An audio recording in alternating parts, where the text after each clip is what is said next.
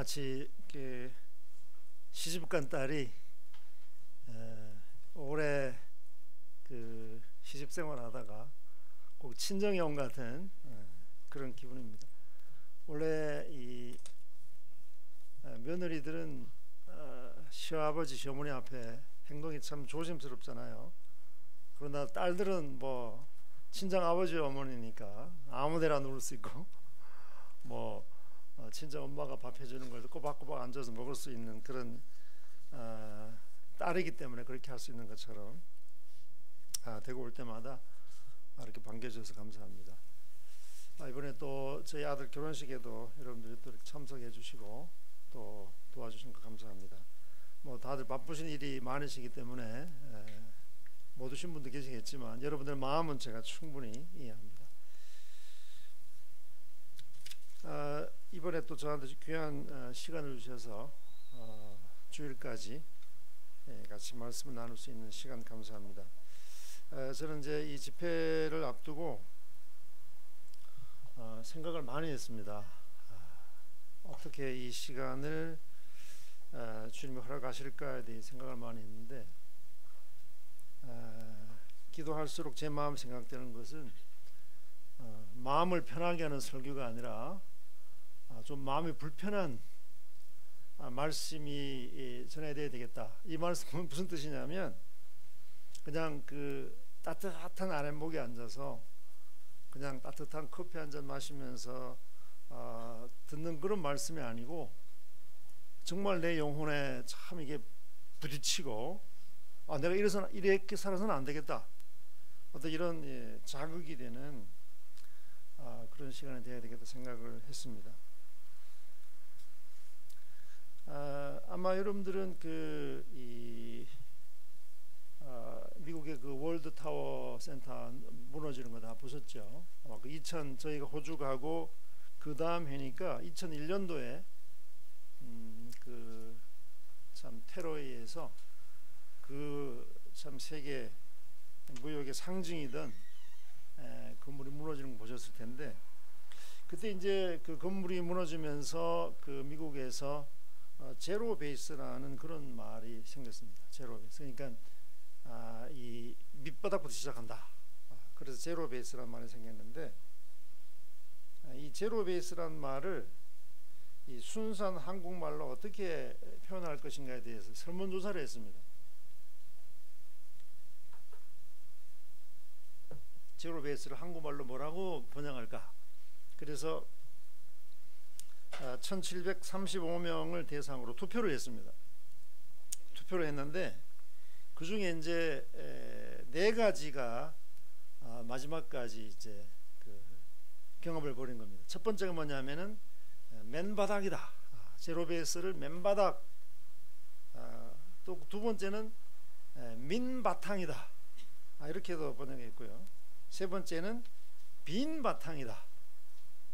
그 다음에 네 번째는 백지 상태다. 이렇게 4가지가 마지막 최종 결승까지 올라왔는데 이 맨바닥, 민바탕, 빈바탕, 백지 상태 이 4단어 중에서 어떤 단어가 선택된지 아십니까? 여러분 한번 생각해 보세요. 이 4 중에 이 제로 베이스를 어떻게 우리 한국말로 번역할 수 있을까? 당선된 말이 뭐냐면은 백지 상태라는 말이 당선됐습니다. 백지 상태 45%. 뭐 나머지는 뭐 10몇 퍼센트 이렇게 됐는데 백지 상태라는 말이 45%의 표를 얻어서 제로 베이스라는 말을 백지 상태라 이렇게 당선이 됐습니다. 그래서 이제 한 해가 시작이 되고 아까 우리 사회자께서 말씀하신 대로 이제 첫 집회죠. 주일이 마지막 주일이 지난 해였기 때문에 우리 아마 새해 들어 첫 집회인데 한 해가 시작되면서 정말 백지 상태에서 뭐 작년에 내가 뭐 기쁜 일 있고 슬픈 일 있고 뭐 좋은 일 있고 나쁜 일 있고 많은 일이 있었지 않습니까? 여러분들 개인적으로나 가정적으로나 또 뭐 사업적으로나 학교, 직장 등등에서 많은 일들이 있었을 텐데 그거를 다 백지 상태로 놔두고 지나갔으니까 뭐 그것은 우리가 다시 돌이킬 수 없지 않습니까? 지나간 거기 때문에 완전히 백지 상태로 놓으시고 제로 베이스로 놓으시고 올 한 해를 시작하면서 하나님 앞에서 내가 한번 백지 상태에서 한번 시작한다, 이런 마음을 가지고 오늘 이 시간 함께 했으면 좋겠습니다. 저는 그 로마서 12장 말씀을 좀 보려고 합니다.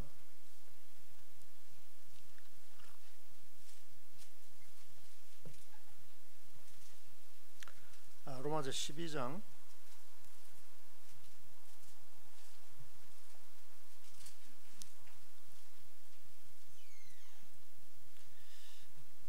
이 로마서는 상당히 어렵습니다. 많은 분들이 로마서를 읽다가 어려워서 중간에 포기하는 분도 계실 수 있는데, 이 로마서는 이제 서기 한 56년 57년경에 사도 바울에 의해서 기록된 편지입니다. 이 당시에 로마는 세계 최강대국이죠. 지금 뭐 미국을 능가하는 그런 세계 최강대국인데, 그러나 이제 이 사도 바울은 로마를 방문한 적이 없습니다.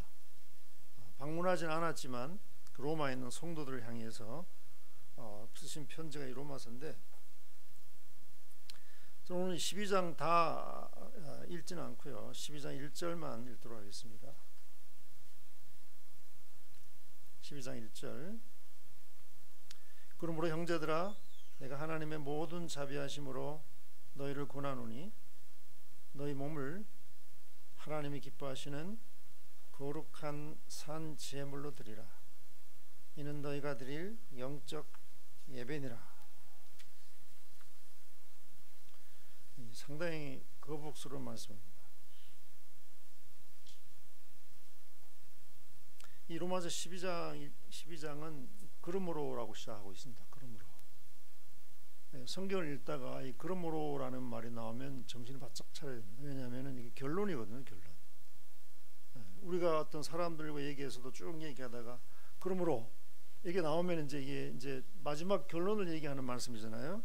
그래서 이 로마서 12장 이 말씀은 이 그러므로라고 시작하고 있기 때문에 쉽게 말해서 1장부터 11장까지를 이 압축한 말씀입니다. 이 속에 이 그러므로라는 이 말 속에 12장 그 11장까지 이 모든 말씀이 아주 완전히 이 압축이 되어 있는 말씀인데, 그 말씀을 딱 하시면서 그러므로 이렇게 시작하고 있기 때문에 이 로마서 12장은 굉장히 우리들에게 중요한 결론 부분을 지금 다루고 있습니다. 우리가 아는 대로 로마서의 앞부분은 이제 그 죄에 대한 부분을 다루고 있습니다. 로마서는 죄에 대한 부분을 다루고 있고, 이제 3장부터는 그런 죄인을 하나님이 어떻게 우리를 구원해 주셨는가, 그걸 다루고 있고, 하나님의 약속이 결코 변치 않았다는 사실을 이제 9장부터 쭉 말씀하시면서 이 12장에 들어왔는데, 이 로마서 12장을 읽어보면 5가지의 그 관계, 그리스찬들이 그 삶 가운데서 부딪히는, 만나게 되는 이 5가지의 관계를 말씀하십니다. 첫 번째가 우리 읽었던 12장 1절은 성도들이 하나님과의 관계에서 어떤 관계인가에 대해서 말씀하고 있고요. 2절부터 2절은 그리스찬들이 이 세상과는 어떤 관계가 있는가. 우리가 눈을 뜨면 세상과 만납니다. 학교, 직장, 이웃 이런 이 세상을 만나잖아요. 그러면은 이 그리스찬들은 그 이 세상을 어떻게 봐야 될 것인가에 대해서 말씀하고 있고, 그 다음에 이제 이 3절부터는 자기 자신에 대해서 얘기하고 있습니다. 그리스찬들은 자기 자신을 어떻게 봐야 되냐. 그 다음에 그 6절부터는 5절부터는 그 성도들과의 관계를 얘기하고 있습니다. 성도들과의 관계. 그리스찬들은 성도들과의 관계를 어떻게 봐야 되냐.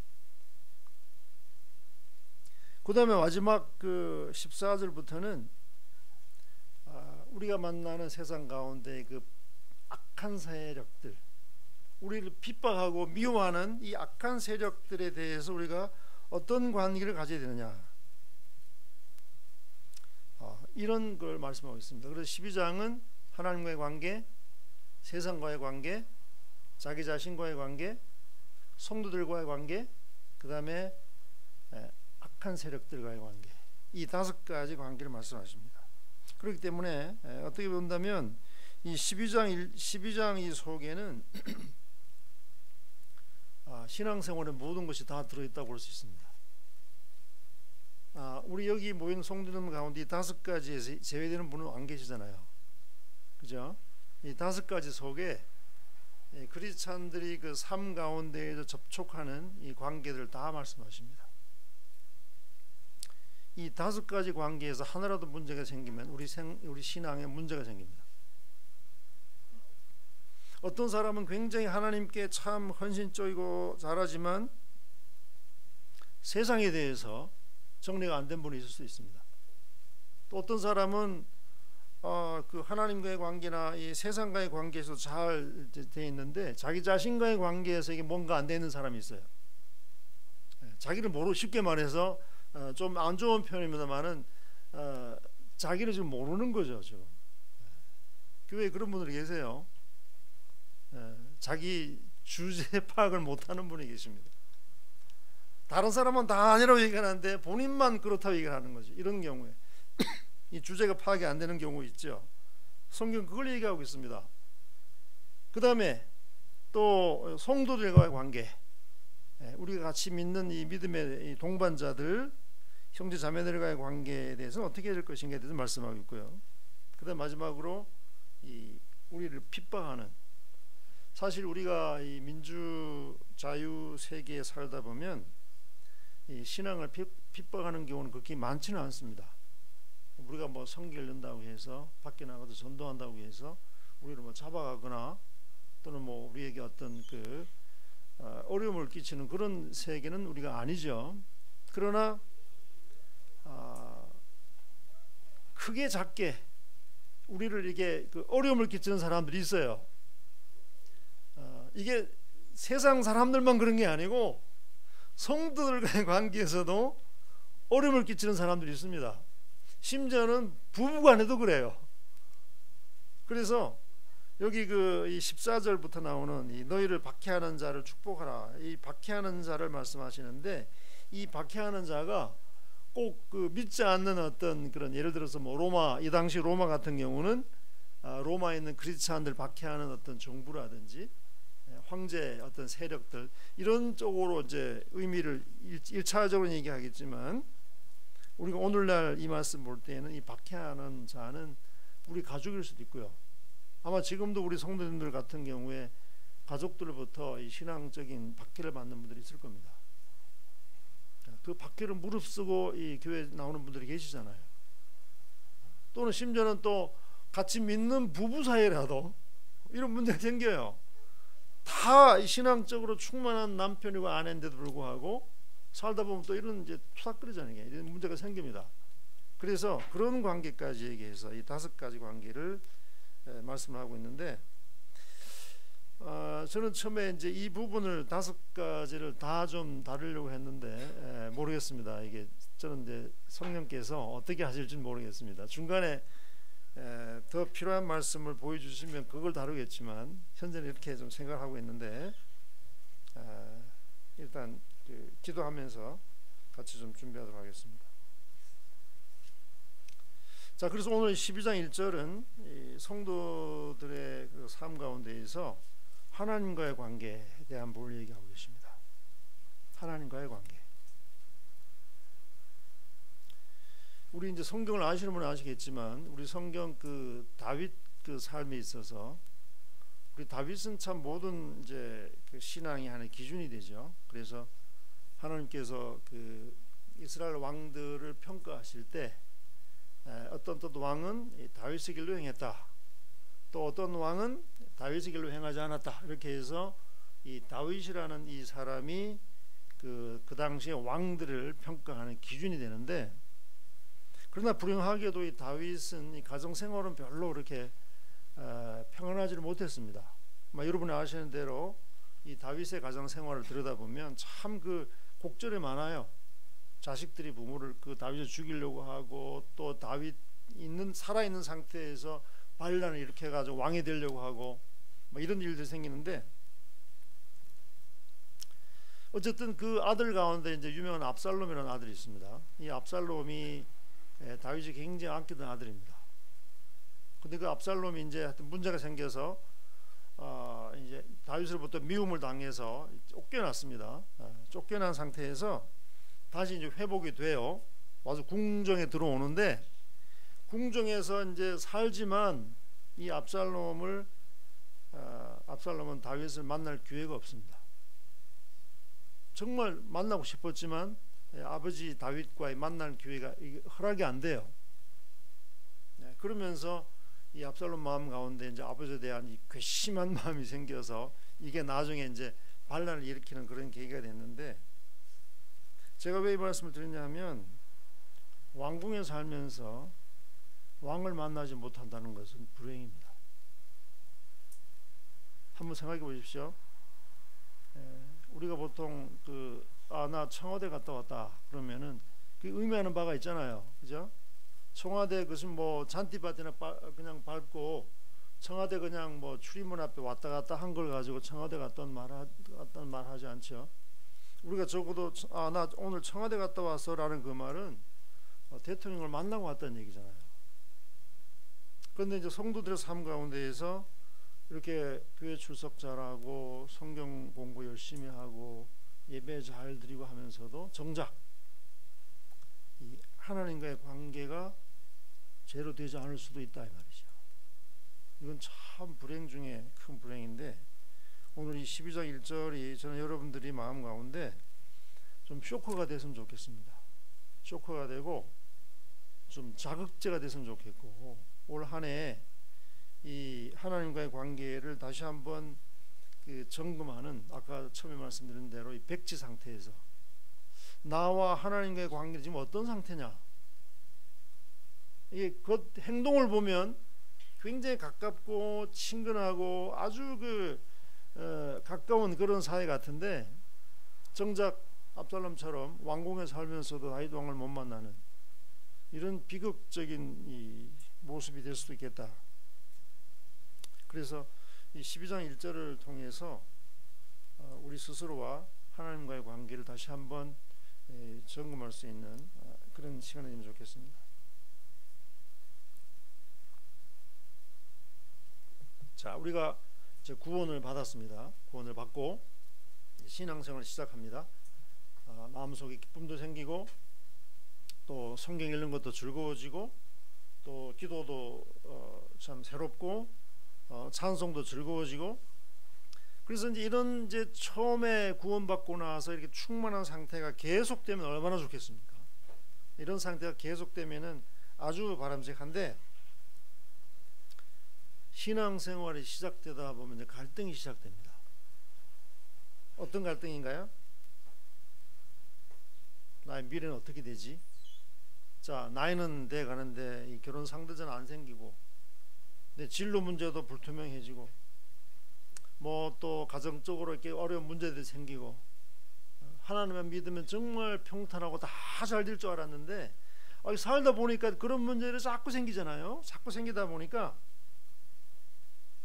이 신앙생활 자체가 나한테 어떤 큰 위로와 힘이 되는 게 아니라 이제 부담이 되기 시작하고 두려움이 이제 몰려오기 시작하는 거죠.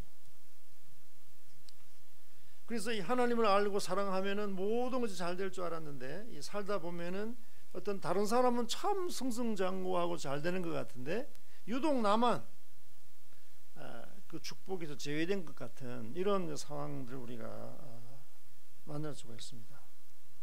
그래서 이 예수님을 따른다는 것이 무엇을 의미하는지, 내가 신앙생활을 하면서 예수님의 능력과 은혜가 안에서 살아가는 것이 무엇을 의미하는지에 대해서 가끔씩 이렇게 헷갈릴 때가 참 많죠. 자, 제가 이 말씀을 이제 시작하기 전에요, 우리 마가복음 말씀을 좀 생각해 보겠습니다. 마가복음을 잠깐 좀 보고 오겠습니다. 이 마가복음 13장 말씀인데요,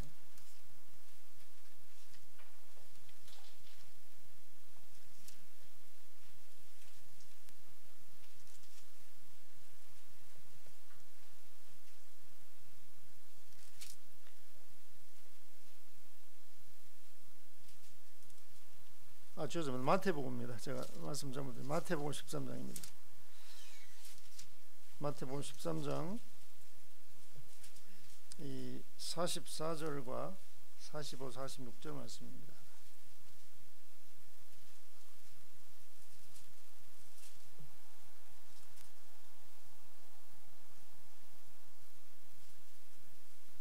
이 천국에 대한 비유를 말씀하시는 내용인데 마태복음 13장 44, 45, 46 말씀입니다. 천국은 마치 밭에 감추인 보화와 같으니 사람이 이를 발견한 후 숨겨두고 기뻐하며 돌아가서 자기의 소유를 다 팔아 그 밭을 사느니라. 또 천국은 마치 좋은 진주를 구하는 장사와 같으니 극히 값진 진주 하나를 발견하며 가서 자기의 소유를 다 팔아 그 진주를 사느니라. 자, 이 두 비유가 같이 지금 나와 있습니다. 한 사람은 전혀 생각지 않고 밭을 갈다가 진주를 보화를 발견하죠. 이 지금 자기 밭이 아닙니다. 지금 보죠. 지금 보면은 이 자기 밭이 아니고 남의 밭을 지금 갈고 있는데, 갈고 있는 상태에서 그 밭에 이 보물 상자가 있는 게 딱 발견돼 버린 거예요. 자기 밭 같으면 그냥 파가지고 가져가면 되는데 자기 밭이 아니니까 어떻게 하겠어요? 이 보니까 딱 열어보니까 안에 지금 뭐 금은 보석이 잔뜩 들어있는 이런 이제 보물 상자가 딱 발견되니까 남들이 알까봐 이렇게 흙 덮어놓고 집에 가서 자기 집에 있는 걸 모든 걸 다 정리합니다. 뭐 집, 가구 또는 뭐 은행에 있는 통장 뭐 등등 해서 돈이 될 만한 걸 전부 정리해서 그 밭을 사는 겁니다. 왜냐하면 그 밭을 사면은 그 보물이 자기 것이 되니까. 그 다음에 이 두 번째 사람은 이 진주를 지금 찾아 구하는 사람입니다. 좀 더 좋은 진주가 없을까 해서 찾고 다니다가 여기 기가 막힌 진주 하나를 딱 발견하니까 자기 집에 자기가 지금까지 모아놨던 진주가 너무나 하찮게 보이는 거예요. 기가 막힌 걸 찾았으니까. 그래서 집에 가서 자기 집에 있는 진주를 전부 정리를 해서 그 진주를 지금 사는 거예요. 자, 그러면 제가 한번 질문하겠습니다. 여기 이 마태복음 13장 44절과 45, 46절에는 이 두 사람의 얘기가 잃어버리는 것에 대한 얘기입니까? 아니면은 얻는 것에 대한 얘기입니까? 이거 초등학교 1학년짜리한테 물어볼 질문을 여러 번 하는데, 이게 잃어버리는 것에 대한 얘기예요? 얻는 것에 대한 얘기예요? 이거 얻는 것에 대한 얘기입니다. 분명히 누가 봐도 이것은 얻는 것에 대한 얘기예요. 결론적으로 제가 미리 말씀드린다면, 하나님께 내 자신을 산 제물로 드리는 것은 잃어버리는 것에 대한 얘기가 아니고 얻는 것에 대한 얘기입니다.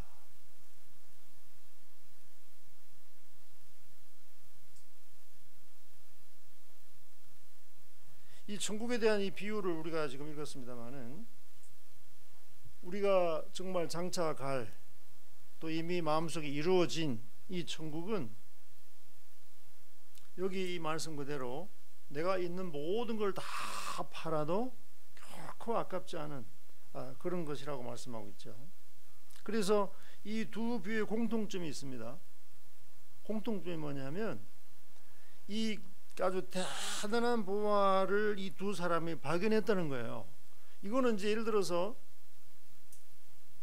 뭐 여기 감추인 보화 같은 경우는 뭐 눈에 당장 그 뭐 금은 반지 뭐 다이아몬드에서 보이니까 누가 봐도 이것은 이건 값이 어마어마한 보물 상자다 이게 생각이 됐겠지만 이 좋은 진주를 발견하는 이 안목은 이 진주 전문가가 아니면 알 수가 없어요.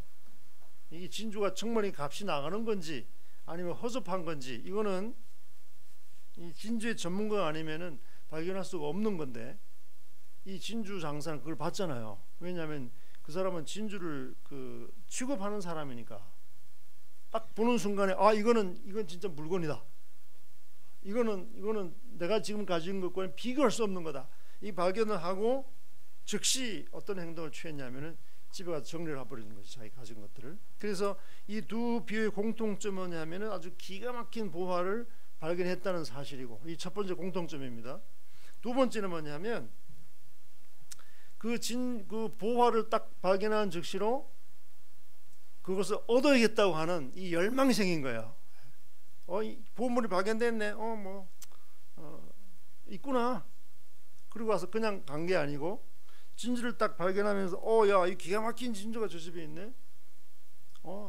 진주가 있구나. 이 간 게 아니고 그 보화를 딱 발견한 즉시로 이 얻고자 하는 아주 강렬한 열망이 생긴 거예요. 그거 외에는 아무것도 안 보이는 거예요 지금. 이 첫 번째 사람 같은 경우는 뭐 우연히 발견한 케이스겠지만, 두 번째 이 진주 이 장사는 찾아다니는 사람입니다. 이거 좀 더 좋은 진주가 없을까? 자기 집에 지금 진주가 여러 종류가 있습니다. 무슨 뭐 값이 나가는 진주부터 모양이 특이한 것, 색깔 아주 다양한 것들, 다양한 진주가 있는데, 이 사람은 늘 이제 좀 더 좋은 거 찾아내는 사람이었는데, 딱 발견한 즉시로 이거 진짜 이거는 내 세상에 둘도 없는 거다, 이렇게 생각을 하고 집에 가서 소유를 정리하죠. 그래서 이 발견했다는 것도 얻고하는 강렬한 열망, 그 다음에 세 번째 공통점은 뭐냐면은 그거를 자기 걸로 만들었다는 거예요. 자기 걸로 만들었다. 우리가 하나님 구원을 생각할 때 똑같습니다. 이 구원의 가치를 모르는 사람은 아무리 그 구원에 대해서, 천국에 대해서 얘기를 해도 관심이 없죠. 적어도 여기 우리 앉아있는 성도님들은 그걸 알았잖아요. 야, 이거 천국이 있구나. 정말 이 지옥을 면할 수 있는 방법이 있구나. 내가 정말 지금까지 죄인이었는데 이 죄를 용서받을 수 있는 방법이 있었구나. 이거 이제 딱 발견하고, 두 번째는 뭡니까? 내가 이거 얻어야 되겠다. 구원 받아야 되겠다. 이런 열망이 있잖아요. 그 다음에 그것을 내 것으로 만드는. 그래서 이 내용은 잃어버린 내용이 아니라 얻는 것에 대한 얘기다. 자, 오늘 다시 로마서로 가겠습니다. 이 로마서 12장 말씀을 보시면,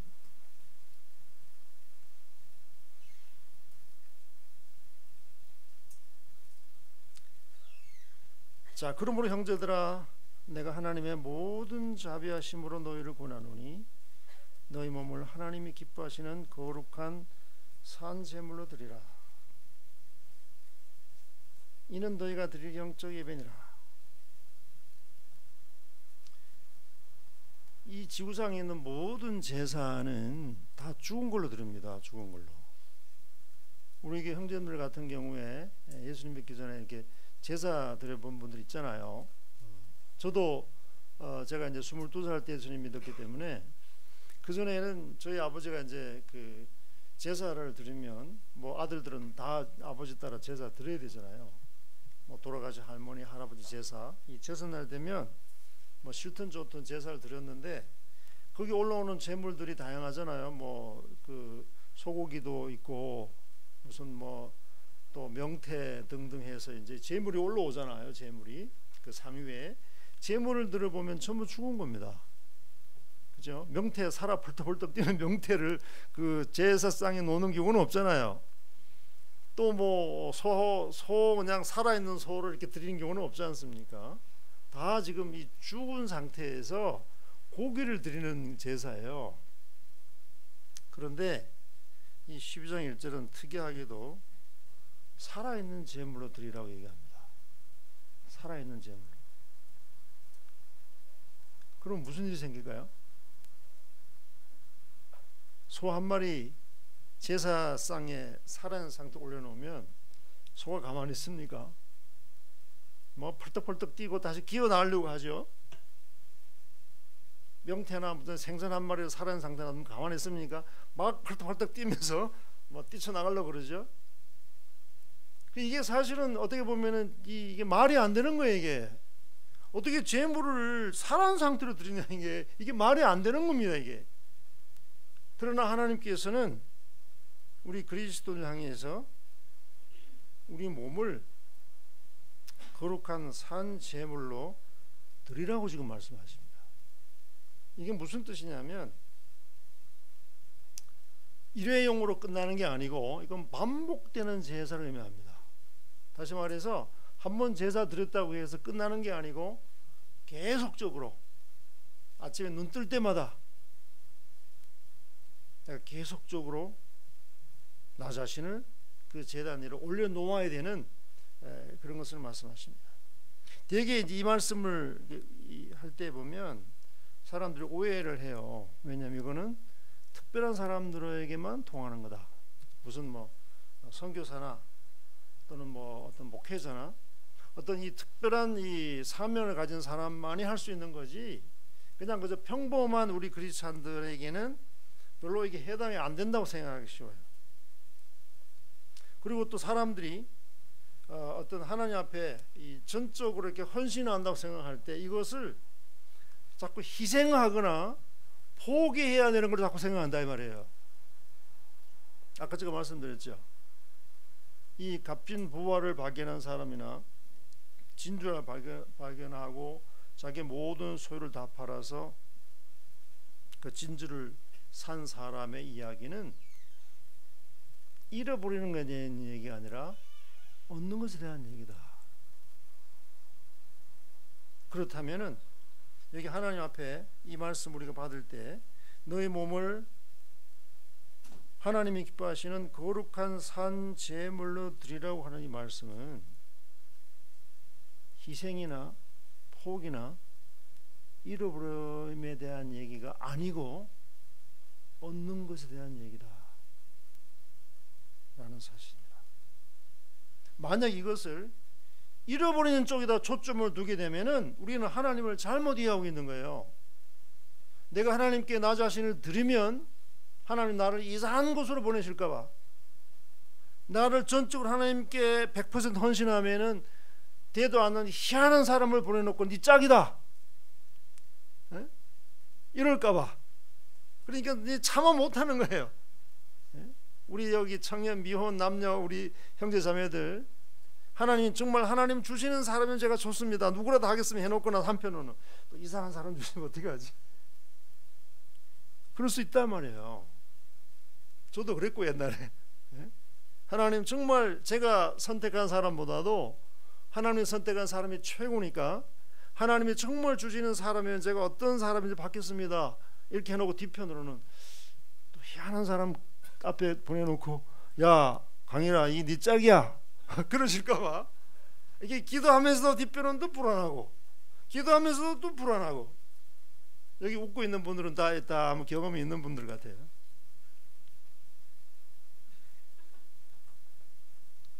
그래서 이 하나님 앞에 전적으로 나를 헌신한다고 하는 것은 어떤 희생이나 어떤 잃어버린 데 대한 얘기가 아니고 얻는 것에 대한 얘기다 하는 거예요. 그래서 이것이 어떤 내 하나님 이렇게 내가 그런 기도하면 하나님 저를 정말 산 제물로 드립니다라고 기도하면 하나님께서 나의 평탄하던 삶의 이 패턴을 갖다가 막 헝클어뜨리는 것만 같고 또 막 그냥 잘 나가던 내 삶에 어떤 이상한 문제 생길 것 같고 이런 이제 그것을 염려 때문에 그렇게 하지 못하고 있다 이 말이죠. 그래서 이 로마서 12장 말씀 읽으면 이 감정적으로 움츠러들고 또 그 대가가 아주 클 것 같아. 만약에 나를 전적으로 하나님 앞에 이렇게 제물로 들어놓으면은 그 대가가 너무나 엄청날 것 같아. 그리고 그것이 평범하게 신앙생활을 하는 나한테는 별로 관계가 없는 것 같다라고 생각할 수 있단 말이죠. 그러나 로마서 12장 1절은 잃어버릴 것에 대한 얘기가 아니고 얻는 것에 대한 얘기다 라는 사실을 먼저 생각하면 좋겠습니다.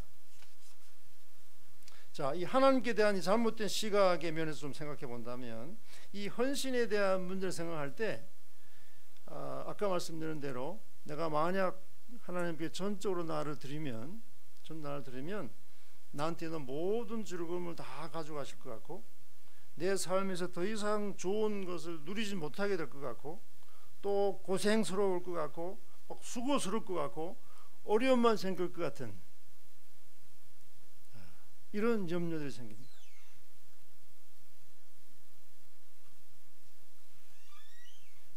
제가 이번에 그 결혼식 끝나고요, 춘천을 제가 방문했습니다. 춘천교회를 방문했는데,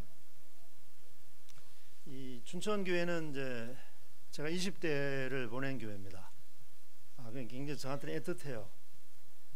거기서 20대를 보낸 교회이기 때문에 애틋한데, 그때 이제 제가 가르쳤던 주일 학생들이 지금 다들 40대, 50대가 돼가지고 참 그 한 30, 그게 벌써 80년도 얘기니까 한 30년이 지났잖아요. 그 당시에 이제 10대들이 다 자라서 지금 이제 40대 중반 됐는데, 뭐 중년 다 이제 남편 아내가 다 되어 있습니다. 있는데 그 중에 이제 그 어떤 자매가 저한테 오더니만 자기 아이를 이제 호주에 한번 이제 언어 연수나 성경 공부 일로 보내고는 싶은데 염려되는 게 있다는 거예요. 그게 뭐냐 물으니까 얘가 호주 갔다 와가지고 선교사 나갈까봐 걱정이라고. 갔다 와가지고 엄마 아버지 나 선교사 나가려고 할까봐 걱정스러워서 호주에 못 보내겠다. 제가 그 말을 듣고 나서 대답 못하고 그냥 싱긋이 웃었어요. 그냥. 여러분, 이게 남의 얘기입니까? 만약 여러분들 자녀가 어느 한 달 와서 직장 잘 다니고 결혼 생활 잘하고 손자 아들 손자 손녀들 잘 키우던 아들 부부 딸 부부가 직장 생활도 잘하고 돈도 잘 벌고 생활도 편안하게 잘 살던 아들 딸 부부가 여러분한테 조용히 와서 엄마 아버지 드릴 말씀 있습니다. 뭐냐? 하나님께서 저를 선교사로 부릅니다 라고 얘기하면은 여러분의 첫 반응이 뭘까요? 그래 내가 기도했던 거야. 정말 나는 너희들이 그렇게 하기를 나는 원했다. 이렇게 얘기하시겠습니까? 아니면은 다시 생각해봐. 왜 꼭 너희냐? 그렇게 반응 안 하시겠어요? 그게 우리들의 일반적인 그 반응입니다.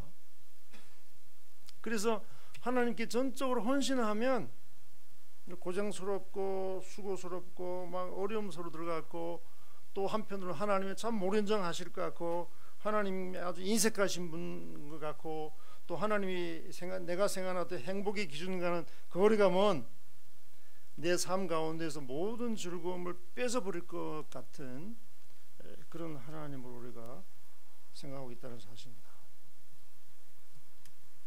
그래서 우리가 예수 그리스도를 우리 주인으로 또 왕으로 섬기면서도 그분에 대해서 우리가 오해를 가지고 있는 한은 그분께 전적으로 맡기지를 못해요. 자꾸 맡기지 못하기 때문에 기도는 그렇게 하면서도 한편으로는 자꾸 다른 생각을 한다는 것이죠. 하나님께 나의 삶이라든지 나의 미래라든지 나의 모든 행복을 온전히 그분이 주관하시고 다스린다는 사실을 우리가 믿는다면 우리 이런 기도를 드릴 수가 있습니다. 하나님, 저를 맡아주십시오. 하나님이 기뻐하시는 대로 그냥 쓰십시오. 어떤 식으로 쓰시든지 그냥 평범하게 살려면 살겠습니다. 선교사로 나가라면 나가겠습니다. 그냥 평범하게 직장생활을 하면서 그냥 가정생활하고 한다면 그렇게 하겠습니다. 이것을 결정할 수 있는 권한은 하나님께 있는 거예요. 그런 의미에서 로마서 12장 1절은 너의 몸을 하나님이 기뻐하시는 거룩한 산 제사로 드려라. 이 말은 백지 상태를 의미합니다. 백지수표예요. 하나님께서 어떤 결정을 하시든지 나를 완전히 드리겠습니다. 저는 새해에 저 자신부터 그렇고 우리 모든 성도님들이 그런 마음으로 기도했으면 좋겠습니다. 하나님이 하라시는 대로 하겠습니다. 가라면 가고 멈추면 멈추고 뒤로 백하라면 백하고, 이게 우리 삶 가운데서 완전히 정립이 되지 아니하면 우리는 하나님께 대해서 계속 오해를 해요. 이런 오해가 있는 한 하나님께 나를 맡길 수가 없죠.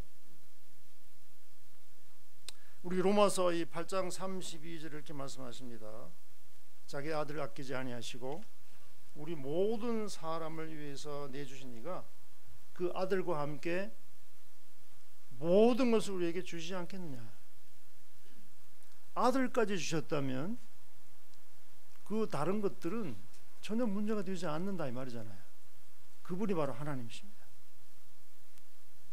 그래서 우리가 진정으로 고백해야 될 것은 하나님이 정말로 나를 사랑하시고 그분이 지극히 선하신 분이고 하나님은 항상 나에게 최고 최선의 것을 주시기를 원하시는 분이라는 사실을 우리가 분명히 알 필요가 있습니다. 하나님께 주시는 것은 항상 베스트입니다. 만약 하나님께 주시는 것이 베스트가 아닌 것 같다 생각된다면 우리는 하나님을 오해하고 있는 거예요. 우리 마음에 깊이 새깁시다. 하나님께서 주시는 것은 항상 베스트만 주십니다. 이게 분명히 정립이 돼야 돼요. 예를 들어서 보십시다. 생활하다가 뭐 병이 걸리기도 해요. 교통사고 나기도 해요. 또 뭐 사업이 망하기도 하고요. 이런 일이 생깁니다. 그럼 우리 마음이 그래요. 하나님 무심하십니다. 내가 어떻게 교회를 위해서 충성했고 신앙생활 열심히 했는데 이게 웬일입니까? 그렇게 생각하기 쉽습니다. 그러나 한번 생각해야 될 것은 그것이 하나님의 베스트라고 생각하기 전까지는 우리는 하나님을 온전히 신뢰할 수 없다. 하나님 베스트로 받는 이 마음이 생기기 전까지는 말이죠. 그래서 하나님이 진정으로 내 편이시고 내 모든 깊은 소원과 심지어는 내가 마음에 가지고 있는 두려움까지 이해하고 있는 이 사실을 우리가 믿는다면 하나님께 나를 온전히 드릴 수가 있습니다. 전적으로 하나님께 맡기라고 하는 이 말씀 앞에 우리가 이 말씀을 아멘으로 받지 않는다면 우리는 하나님께 온전히 맡길 수가 없다는 사실입니다. 이 로마서 12장 1절은 세 가지 중요한 내용이 있습니다. 첫 번째는 뭐냐면은 이 로마서 12장에 너희 몸을 하나님이 기뻐하는 거룩한 산 제물을 드리라고 하는 이 말씀은 명령입니다. 명령. 드렸으면 좋겠다. 뭐 드리지 않을래가 아니고 거룩한 산 제물로 드려라 라고 명령으로 말씀하고 있습니다. 이것은 우리 구원의 문제하고는 달라요. 구원의 문제가 아닙니다. 그렇게 드리면은 내가 구원받게 될 것이다 그런 의미는 아니에요. 이건 구원의 문제가 아니라 예수 그리스도를 구세주로 받아들이는 사람이 어떻게 하나님이 가장 원하시는 이 예배를 드릴 수 있는가에 대한 얘기입니다. 이 로마서 12장 1절 말씀을 가장 잘 보여주는 말씀이 바로 창세기 22장 말씀입니다. 창세기 22장이 무슨 얘기인지 아시죠? 창세기 22장에 보면 하나님께서 아브라함에게 말씀하십니다. 네 아들 네 사랑하는 독자 이삭을 모리아 산에 가서 번제로 드려라. 그 내용이 창세기 22장에 나와요. 네 아들 내 사랑하는 독자를 그 모리아 산에 가서 번제로 드려라. 자, 우리가 아는 대로 이 이삭은 아브라함이 100세에 낳은 아들입니다. 아주 그 아내나 그 아내 사라나 남편 아브라함이나 더 이상 아이를 낳을 수 없는 그런 나이에 지금 상황에서 하나님이 극적으로 주신 아들이 이삭이란 말이죠. 지금 기적의 아들입니다. 그런데 이 창세기 20장에 보면은 하나님께서 그 아들을 번제로 드리라고 얘기를 하고 있는 거예요. 번제가 뭡니까? 번제. 이 번자가 태울 번자 아닙니까? 짐승을 번제로 드리려 할 때는 그 짐승을 일단 죽여서 피를 다 뽑은 다음에 각을 떠요. 가슴을 완전히 벌려가지고 각을 뜬 상태에서 그 짐승을 태웁니다. 그게 뭐 새든지 양이든지 소든지, 이 완전히 각을 뜬 상태에서 태우면 그 이제 연기가 올라가잖아요. 그게 이제 하나님께 드리는 번제입니다. 근데 무슨 다른 짐승도 아니고 아들을 그렇게 드리라고 얘기하고 있는 거죠. 근데 창세기 22장에 보면 아브라함이 그 명령을 받았을 때 지체하지 않습니다. 아침 일찍 일어나서 그 아들을 데리고 이 산으로 올라가고 있죠. 아브라함이 왜 그랬을까요? 이게 평범한 사람 볼 때는 정신 나가는 아버지예요. 지금요. 나이 100세 넘은 아버지가 그 팔팔한 젊은 아들 지금 죽이려고 올라가고 있는 거죠. 그래서 이제 그 산에 올라가서 아브라함이 칼을 들어서 그 아들을 이제 묶어서 제물로 해서 제단에 올려놓고 죽이려고 칼을 딱 내려 꽂는 순간에 하나님이 개입하시잖아요. 멈추게 하십니다. 왜 그랬을까요?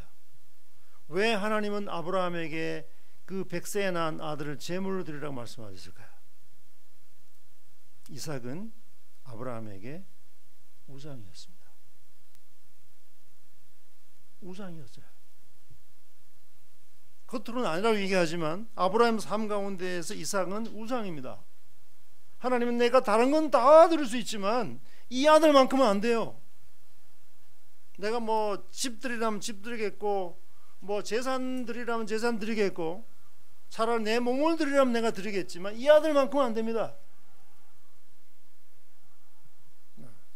그렇게 할 수도 있는 아브라함이었지만 지체하지 않고 아들을 데리고 가서 실질적으로 죽이는 순간까지 가잖아요. 어떻게 본다면 우리 마음속에는 우상들이 있습니다. 여러분의 우상은 무엇입니까? 2019년을 맞으면서 정말 내가 마음속에 가지고 있는 우상이 뭐지? 이게 눈에 보이는 것일 수도 있고 보이지 않는 것일 수도 있습니다. 이 우상이 내 마음에 있는 한 나는 하나님께 나 자신을 다 드리는 게 아닙니다. 이 우상이 뭐지? 이게 나의 꿈일 수도 있고요, 나의 미래일 수도 있고, 나의 계획일 수도 있고, 어떤 사람일 수도 있습니다. 하나님이 정말로 사랑이시고 그분이 선하신 분이라고 한다면 그분 외에 내가 소중히 여기는 것들이 사실은 다 우상이에요. 우상이 아니라고 얘기하지만 우상입니다. 그렇다면은 하나님 앞에서 아브라함이 이삭을 드렸던 것처럼 내 마음속에 있는 우상을 하나님께 드릴 수 있겠습니까? 그것이 이 올 한 해 시작하면서 하나님께서 우리에게 주시는 도전이라고 생각해요. 아까 제가 초기에 말씀드렸죠. 그저 편안하게 방 안에 앉아서 차 한잔 마시면서 듣는 메시지가 아니라 좀 불편스러운, 이 부분은 좀 터치 안 했으면 좋겠는데, 그러나 실제 그것이 있는 한 나 자신 하나님께 온전히 드릴 수가 있습니다. 사실 아브라함이 그 이삭을 제물로 드렸던 것처럼 내가 그걸 포기함으로 두려움도 있고 또 불확실성도 있고 또 여러 가지 생각이 오가겠죠. 근데 우리가 그 아브라함이 그 이삭을 제물로 드린 사건을 그 후에 히브리서에 보시면 어떻게 말씀하십니까? 아브라함은 내가 비록 이 아들을 죽여도 하나님은 다시 살려주실 것이라고 하는 믿음을 가지고 있었던 것입니다. 그건 신뢰예요. 그래서 이 창세기 22장 이렇게 시작합니다. 하나님께서 아브라함을 시험하려고 하셨다 하면서 이제 그 아들을 제물 드리라고 말씀하십니다.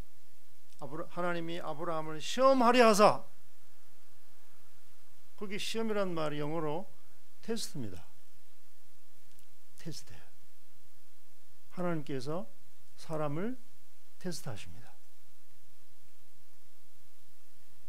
하나님께서 우리를 테스트하셔요. 어떤 상황을 통해서. 얘가 이 문제를 됐을 때 어떻게 반응할까를 보신다 이 말입니다. 우리 일반적인 반응을 해요. 하나님 이럴 수가 있습니까? 내가 하나님께 현신을 살아왔는데 아들을 번제로 드리라고요? 이렇게 해도 이해가요. 아브라함은 그래 그럴 만도 하지.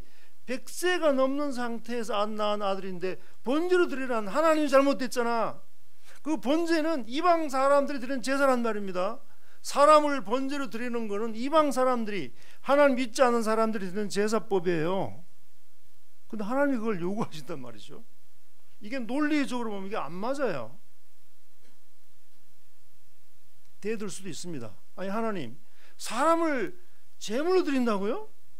말이 됩니까? 따지지 않았습니다. 왜 그럴까요? 하나님이 말씀하시는 것이 진리인 걸 알았기 때문에. 그래서 이 하나님이 아브라함을 테스트하셨다고 하는 이 테스트는 그 사람에게 맡겨주시는 거예요. 하나님께서 우리를 어떤 문제에 대해서 테스트를 하셔요. 얘가 이 문제에 어떻게 반응하는지 보십니다. 그리고 우리가 상황 속에서 그런 테스트를 겪을 때가 있습니다. 예를 보세요. 길거리 딱 가다가, 자, 길거리 가다가 5만 원짜리가 딱 떨어져 있습니다. 어때요, 여러분 마음에? 야, 이거 횡재다. 한편으로는 이거 신고해야 되나? 내 지갑에 넣어야 되나? 이게 테스트잖아요. 얘가 지금 5만 원짜리 앞에서 어떻게 반응하는 걸 보시는 거예요, 지금요.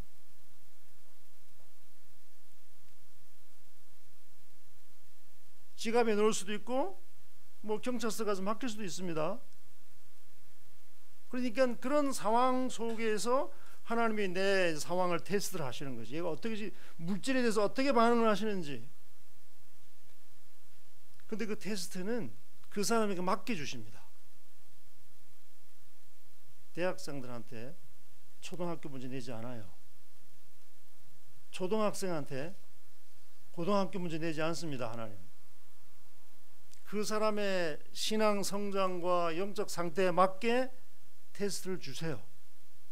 그렇기 때문에 간혹 이제 그 신앙이 참 좋고 교회 생활 잘하고 신앙 생활 잘하던 어떤 형제 자매님들이 어떤 문제가 생겨서 어려운 경우를 보면 성도들이 그러잖아요.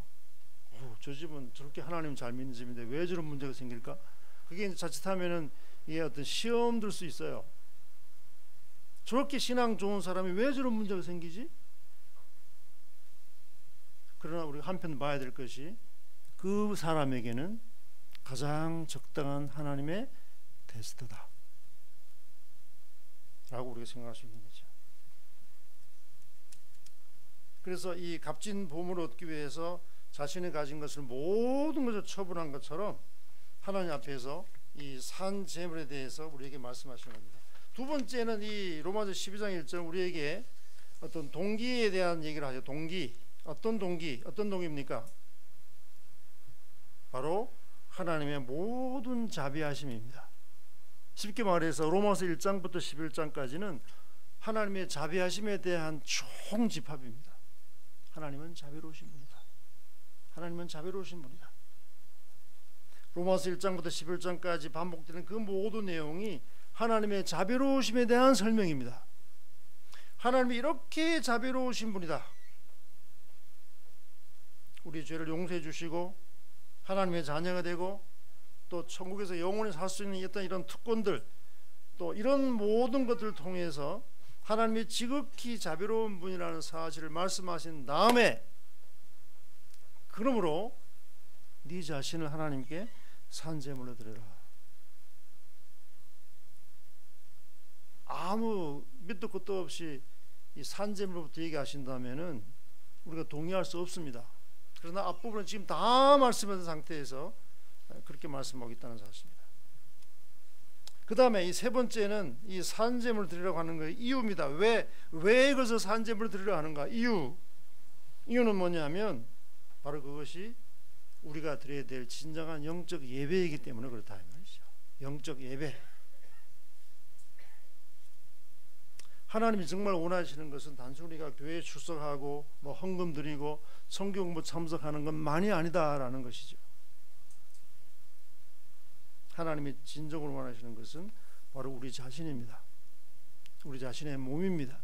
여기에 이 영적이라는 말이 나오는데 영적 예배다라는 이 영적 예배라는 말이 이게 원어는요. 원어의 뜻이 뭐냐면 로지 조마이라고 하는 이 원어의 뜻은 뭐냐면 합리적이다 또는 논리적이다 이런 뜻이에요.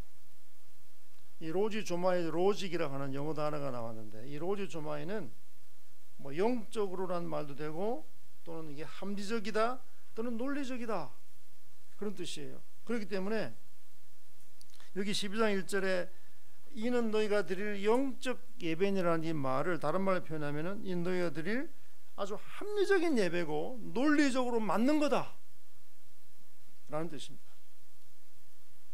다시 말해서 하나님께서 그리스도 안에서 우리를 위해서 행하신 모든 것들을 생각할 때 하나님께 자신을 드리는 것은 영적인 예배이고 합리적인 예배이고 논리적으로도 합당한 거다 라는 뜻이라는 거죠.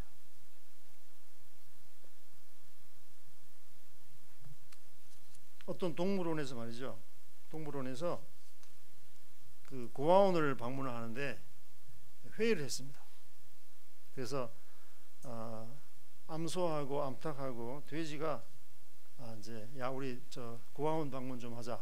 연말도 되고 했으니까 우리가 고아원 방문해서 고아들 위로도 하고 우리 방문하자. 그러면서 이제 회의하기를 야 암소 너는 우유 좀 많이 좀 준비하면 좋겠고 암탉 너는 계란을 좀 많이 준비하면 좋겠고 돼지 너는 삼겹살을 좀 준비하면 좋겠다. 이런 결론이 났다 이 말이죠. 그러니까 돼지가 발끈한 거예요.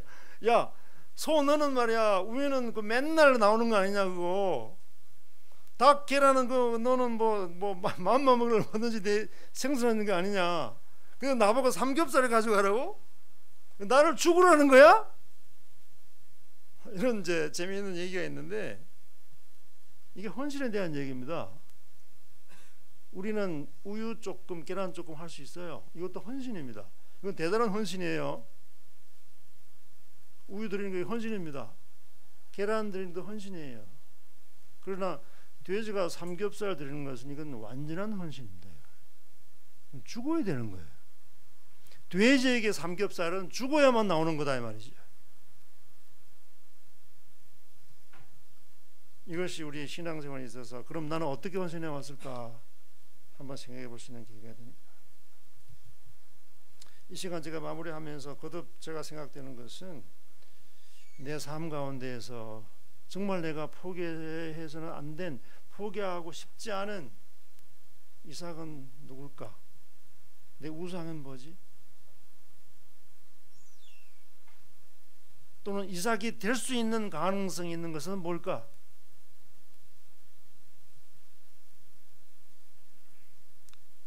그래서 내 삶 가운데에서 주님이 나의 완전한 주인이 되시기 위해서 내가 끝까지 포기하려는 것들, 이런 것들을 주님 앞에 살아있는 제물로 드려놓고 하나님 마음대로 쓰십시오. 하나님 원하시는 대로 쓰십시오. 이런 한 해가 됐으면 좋겠습니다. 사실 하나님께 이 산 제물로 드린다는 이 부분은 좀 막연해요. 사실은요. 뭐 나를 갖다 묶어가지고 제단 위에 드릴 수는 없는 상황이고, 그러니까 하나님께서 나를 산제물을 받으신 상태에서 나를 주관하실 때 나를 어떤 식으로 사용하시기를 원하시는지 알 수 있는 방법은 결국은 뭡니까? 하나님 말씀 앞에 좀 더 깊이 들어가야 되고요. 우리가 교회 생활을 하면서 교회 권위 앞에 순종하는 태도들이 사실은 이런 부분들이 이 산제물을 드린 사람들의 태도입니다. 저는 이번에 우리 남부교회에서 새로운 장로를 선임한 게 대단히 참 기쁘게 생각하고 성도님들이 또 그런 마음으로 받아주신 것에 대해서 정말 기쁘게 생각합니다.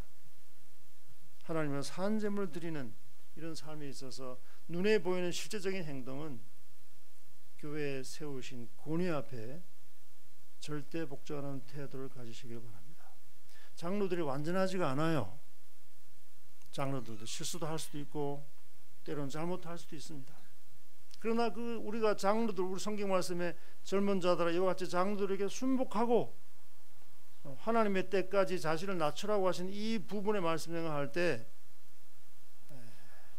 그 장로들이 뭐 완전하거나 어떤 특별하거나 다른 성도보다 더 높은 위치에 있어서가 아니라고 하는 사실입니다.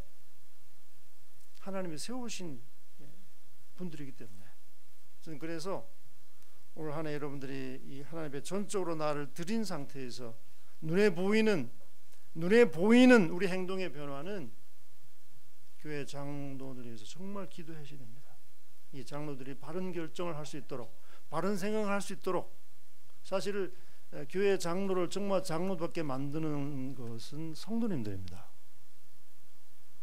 예전에 제가 어릴 학생 때인데 그때 우리를 가르쳤던 선생님 한 분 그런 얘기 하셨어요. 그 선생님을 정말 유능한 선생님으로 만드는 것은 학생들이다. 학생들의 태도에 따라서 그 교사가 유능할 수도 있고 무능할 수도 있고, 제가 그 생각이 났는데 교회 장로들이 정말 주님 앞에 쓰임 받고 못 받고는 성도님들의 기도와 관심과 또 이 순복하는 이런 태도가 참 필요하다고 생각해요. 그래서 오늘 제 12장 1절 말씀 보면서 그러므로 형제들아 내가 하나님의 모든 자비하심으로 너희를 권하노니, 이걸 먼저 말씀하십니다.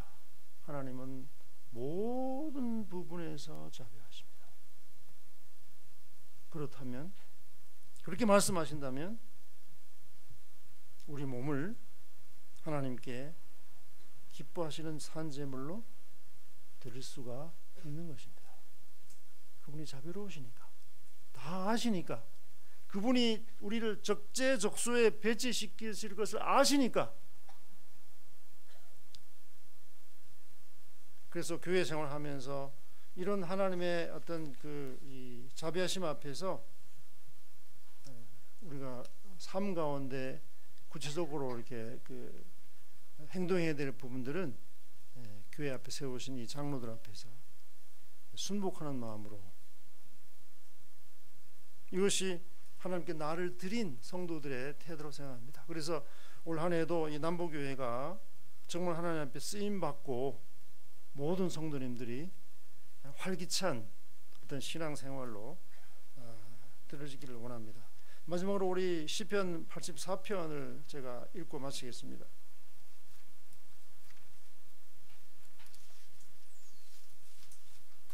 이 시편 84편 우리들에게 아주 귀한 말씀을 주고 있는데요.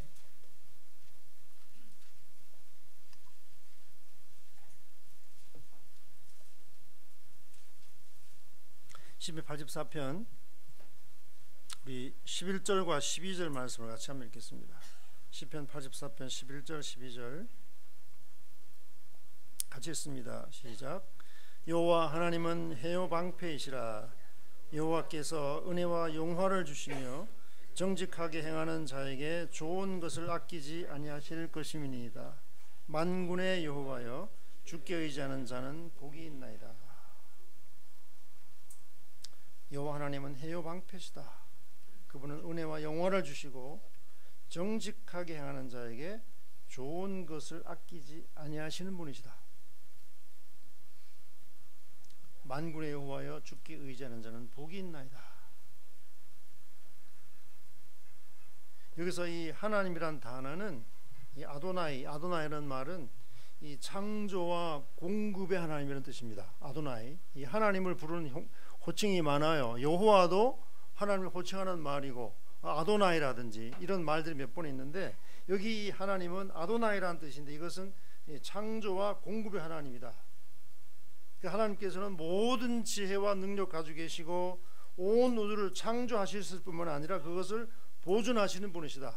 그분이 나의 해와 방패가 되신다. 그분이 우리에게 은혜와 영화를 주신다고 말씀하십니다. 여기 또 뭐라고 말씀하십니까? 정직하게 행하는 자에게 좋은 것을 아끼지 아니하실 것이라고 말씀하십니다. 그렇기 때문에 하나님께 자신을 온전히 의탁하는 이것이 우리에게 두려움이 되어서는 안 되는 것입니다.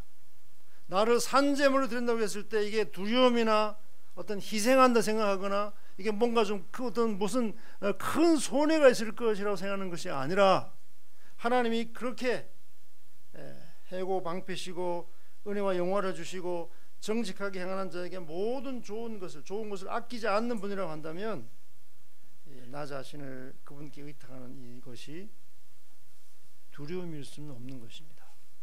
기쁨이고 즐거움이다. 그래서 하나님께 온전히 맡겨드리고 그분이 원하시는 대로 그분이 쓰시고 싶은 대로 올 한 해 나선을 드리고자 하는 이런 마음들이 저와 여러분들에게 깊이 새겨지기를 바라고 교회가 지금까지도 그랬지만 앞으로도 이 단단한 은혜 가운데에서 하나님이 도우시고 사용하시는 그런 우리 남부교회가 되기를 간절히 바랍니다. 같이 한번 기도하겠습니다.